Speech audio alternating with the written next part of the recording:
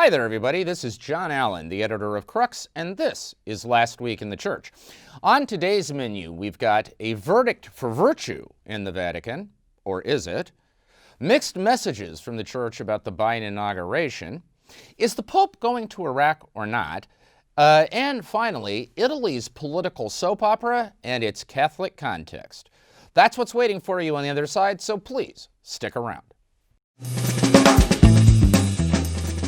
All right, we begin with what is being hailed as a dramatic verdict for virtue in the Vatican. This week, a Vatican court sentenced the longtime former president of the Vatican Bank, technically known as the Institute for the Works of Religion, an Italian layman by the name of Angelo Caloia, to 8 years in prison, along with the lawyer who served the Vatican Bank during the same period of time, which was essentially 1989 to 2009. Another Italian layman by the name of Gabriele Liozzo. He also got 8 years in prison. And his son, Lamberto Liozzo, got 5 years in prison, all for essentially, allegedly, defrauding the Vatican Bank of about $70 million. Yes, you heard me correctly, $70 million. Basically, the charge is that between 2001 and 2008, meaning the end of Caloia's reign as the Vatican Bank president, as a footnote, he took over the reins of the Vatican Bank from the legendary American Archbishop Paul Marcinkus. You may remember Marcinkus as a key figure in the Vatican Bank scandals of the 1970s and early 80s, meaning the Vatican Bank over a 30-year run was essentially 2 for 2 in picking presidents who ended up in some kind of financial mess. So the charge is that Caloia, in concert with the Liuzzo family, basically this father and son team, sold off about 70% of the property that the Vatican Bank owned at that time, which, by the way, included a number of very nice apartments in major Italian cities, so Rome, Milan, Naples, Venice. And the claim that was at the heart of the indictment, which first surfaced in 2014 and 7 years later has finally ended in a verdict, is that they sold those properties significantly below market value in exchange for what amounts to kickbacks. So, I mean, basically it works like this. A businessman wanted to buy $1 million apartment from the Vatican Bank in Milan. The deal was, you're only going to pay $500,000 for this apartment, but you're going to pay me $200,000 for my services. Now, it was never that direct because these payments were routed through an almost infinite network of bank accounts and holding companies and real estate firms that basically exist only on paper, making it very difficult to trace. But in essence, that's the idea, that they gave sweetheart deals on properties in exchange for kickbacks, for graft, and that compulsively, that is all in, the loss, as compared to what the Vatican Bank would have made had these properties been sold at full market value, was about $70 million US. And that about $30 million of that 70 ended up in the pockets of these three guys. So they have been sentenced to prison terms. They have also been sentenced to paying fines. The funds that were gained as a result of these maneuvers have been confiscated. They have also been barred from ever holding office in the Vatican again. So this is being hailed by people who were involved in this and by backers of Pope Francis's financial reform as one of the most dramatic reform moves to date, because this is the first time that a senior Vatican official, not an Italian financier or banker, somebody who wasn't really a Vatican insider, but a consummate Vatican insider, the president of the Vatican's own bank for 20 years, has been sentenced to jail time for financial crime. It is also the first time that a trial like this was seen from start to finish entirely on the Vatican's own initiative. This is not the first time somebody connected to the Vatican has ended up in the dock for financial crime. But typically that's because there was an Italian civil investigation to which the Vatican was forced to react. But in this case, the initial reports, the investigation, the legal process, soup to nuts, all of it was on the Vatican's own initiative, on the Vatican's own dime. So the current lawyer for the Vatican Bank, who was asked on Italian television this week to explain the significance of this verdict, gave us a great soundbite. He said it means the party is over. That in the future we are committed to zero tolerance and that we are committed to transparency and accountability. Now, if you want the glass half empty reading of all this, however, let's note a couple of caveats. One, Kaloya, the central figure in all of this, is 81 years old. Liuzzo, the father, the former lawyer at the Vatican Bank, is 97. His son, Lamberto, is in his mid-60s. And note that although their jail sentences have not been suspended, the way that the Vatican legal system, which is based largely on the Italian legal system, works, is that those sentences will not be implemented until they have exhausted their final appeal. And there are two levels of appeal.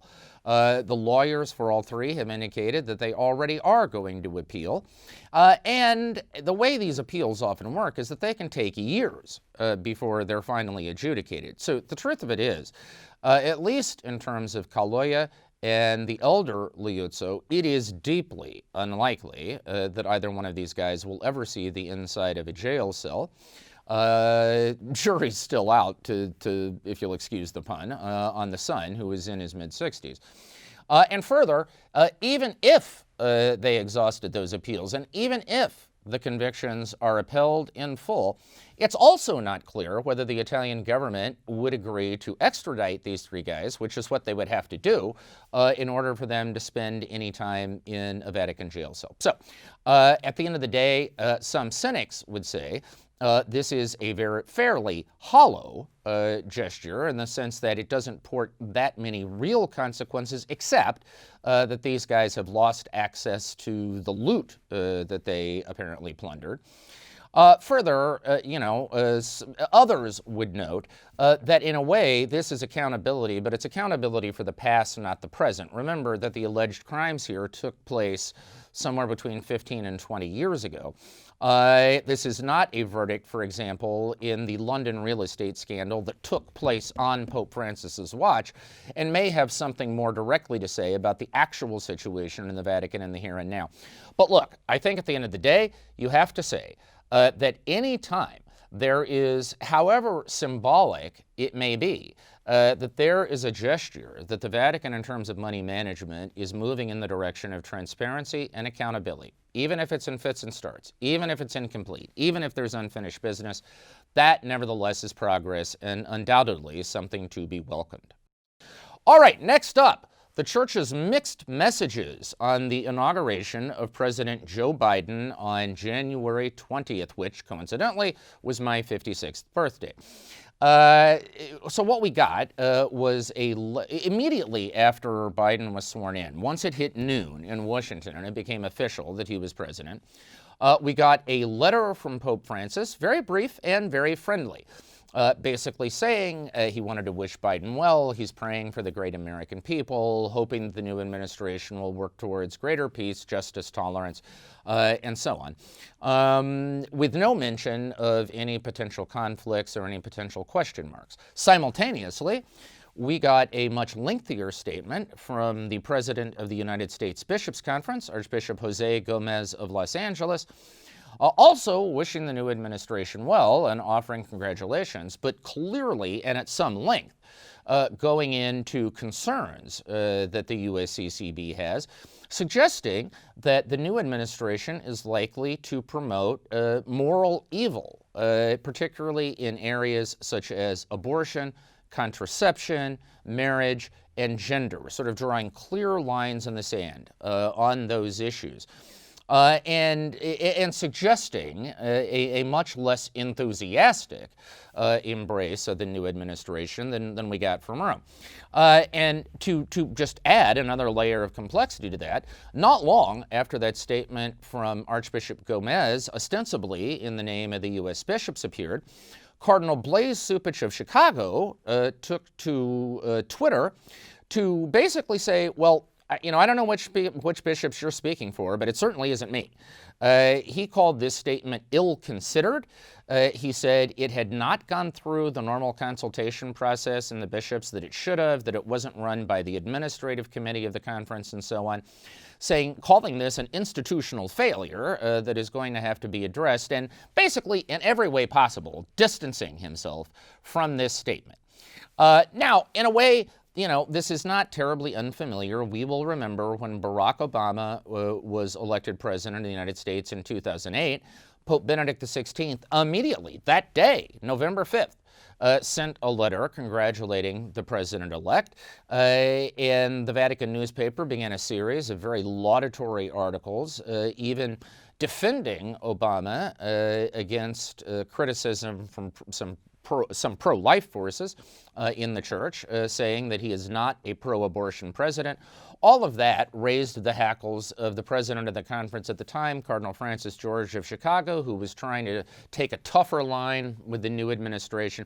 So, in a sense, this isn't terribly new. What is new, of course, are the fissures, the visible public fissures within the Bishops' Conference itself. That is largely due to 8 years of Pope Francis appointments. Cardinal Cupich, of course, is Pope Francis's man in America in many ways. And so those divisions are now on clear public display, and in a way, probably not all that surprising. But here's what I think the main takeaway from all this ought to be. These divisions we're seeing between Catholics who are almost desperate to embrace the turn of the page that the Biden administration represents, the new leash on life, this effort to restore decency and civility and rationality to public discourse, not to mention truth, that division, so Catholics who feel that, and Catholics who feel a sincere, deep moral conviction to the defense of unborn life, and who are concerned about what a Democratic administration and a situation in which Democrats control both houses of the legislature, what that might portend in terms of the expansion of abortion rights and further assaults on the unborn. That's not just a division between two camps in the Bishops' Conference. That's a division that runs through many individual Catholic hearts. It runs through my heart. And so analyzing this situation largely in terms of rivalries between different factions doesn't quite get the whole picture. The real problem, I think, that the Biden administration faces vis-a-vis the church is that a lot of people who want to be with him on a lot of other things are going to be alienated, perplexed, and scared if, in fact, the administration turns out to move as aggressively and dramatically on some of these moral issues, particularly abortion, as some fear. In other words, for Biden to thread the needle with the Catholic Church in America, it's not just a matter of hoping that the pro-Biden faction is larger than the anti-Biden faction in the Bishops' Conference. It's a matter of reaching into those individual Catholic hearts and persuading them that he is not going to be their enemy. We will see how it plays out. All right, third up today, is the Pope going to Iraq or not? You may remember that in December, in what was widely considered a surprise, the Vatican announced that Pope Francis would be traveling to Iraq March 5th through the 8th.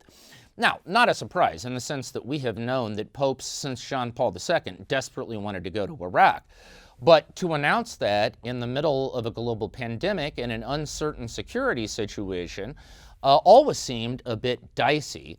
Now, what has happened in the weeks since, over the holidays, Pope Francis gave an interview to Italian television in which he said he's not sure he's going to be able to go to Iraq because of the situation with the coronavirus.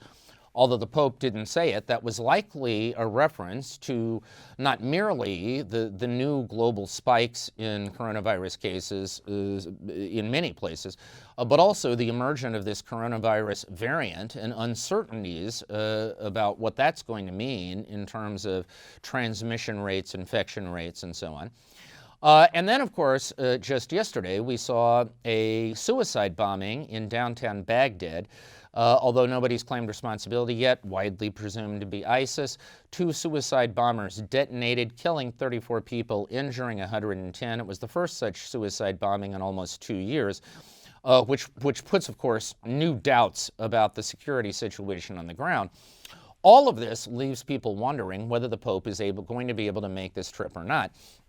Now, I should tell you that logistical preparation is nevertheless cranking ahead. This week, the Vatican press office asked journalists who want to travel on the papal plane to submit their applications.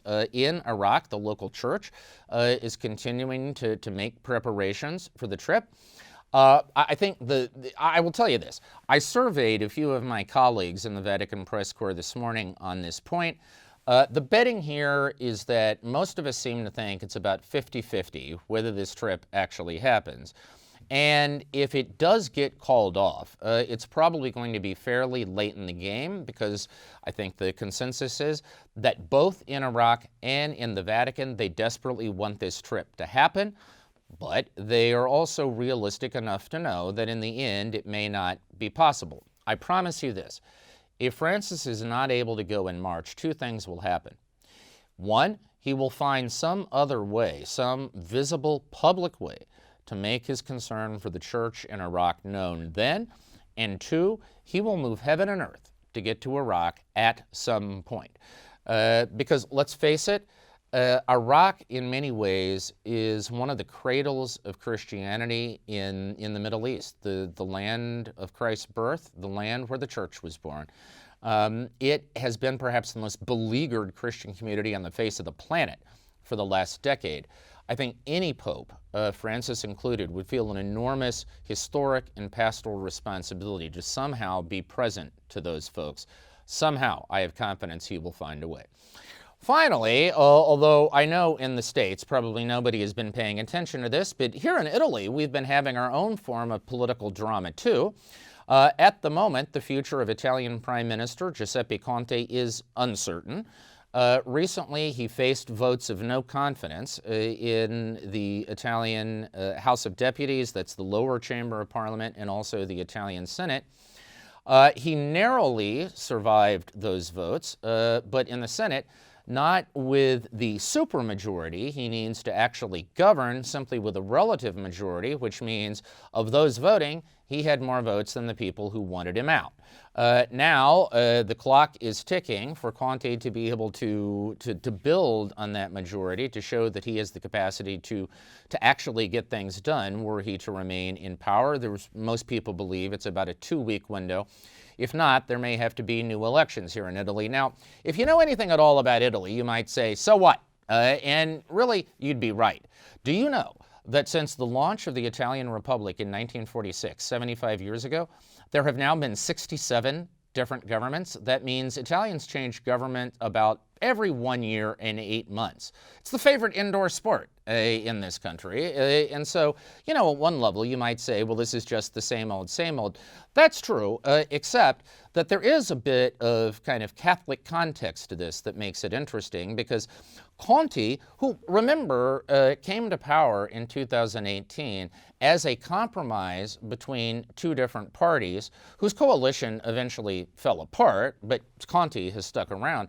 He has no political base of his own. He was never a member of a political party. He was simply somebody who people felt didn't have any baggage and therefore was kind of unobjectionable at the time. He may be forced by dint of circumstance to try to put together his own political coalition, and he is apparently trying to premise that on 2 things: centrism, that is, being neither hard right nor hard left, and 2, Catholicism. That is, he'd like to appeal to the Catholics in all the main parties, because Conte himself is a very devout practicing Catholic, and he believes that getting the socially progressive Catholics on the right and the morally serious Catholics or the more morally traditional Catholics on the left could be a prescription for a governing coalition. The Vatican has a kind of rooting interest in all of this because the alternative, really, if Conte's government is to fall, the most plausible alternative would be new elections at some point in the near future. And one plausible outcome there is that the winner could be the leader of the far-right anti-immigrant Lega party, Matteo Salvini, which would mean that the Vatican, having survived the Trump years in D.C., may be headed right back for them in its own backyard. So behind the scenes, most people of influence in the church have been trying to do what they can, directly and indirectly, to indicate their support for Conte pulling it off. One typically Italian footnote. One of the strategies that Conte's team apparently had for trying to increase their majority was appealing to a small centrist party here in Italy known as the UDC, or the Democratic Centrist Union. And they have 3 votes in the Senate, which would be half of what Conte needs to get to that supermajority. Unfortunately, the head of that party was just indicted in a mob sting for being on the mafia's payroll in southern Italy. He was forced to resign. And so it's utterly unclear, actually, who could make this decision for the party right now. And so that, too, is chaotic, unclear, and up in the air, which, frankly, could be the epitaph for Italian politics at most times. But God help me, ladies and gentlemen, I do love it so. All right, that is our show for this week. Let me say this. If you enjoy what you see on Last Week in the Church, if you find it a hoot, if you find it informative, whatever it may be, please give us a like, give us a thumbs up, give us a retweet, whatever social media instrument you have to express approval. We would be deeply grateful because that's how we get in front of more eyeballs and that's how we spread the word. All right, we will be back here next Friday. In the meantime, stay safe, stay healthy, have a fantastic and blessed week, and we will talk to you again soon.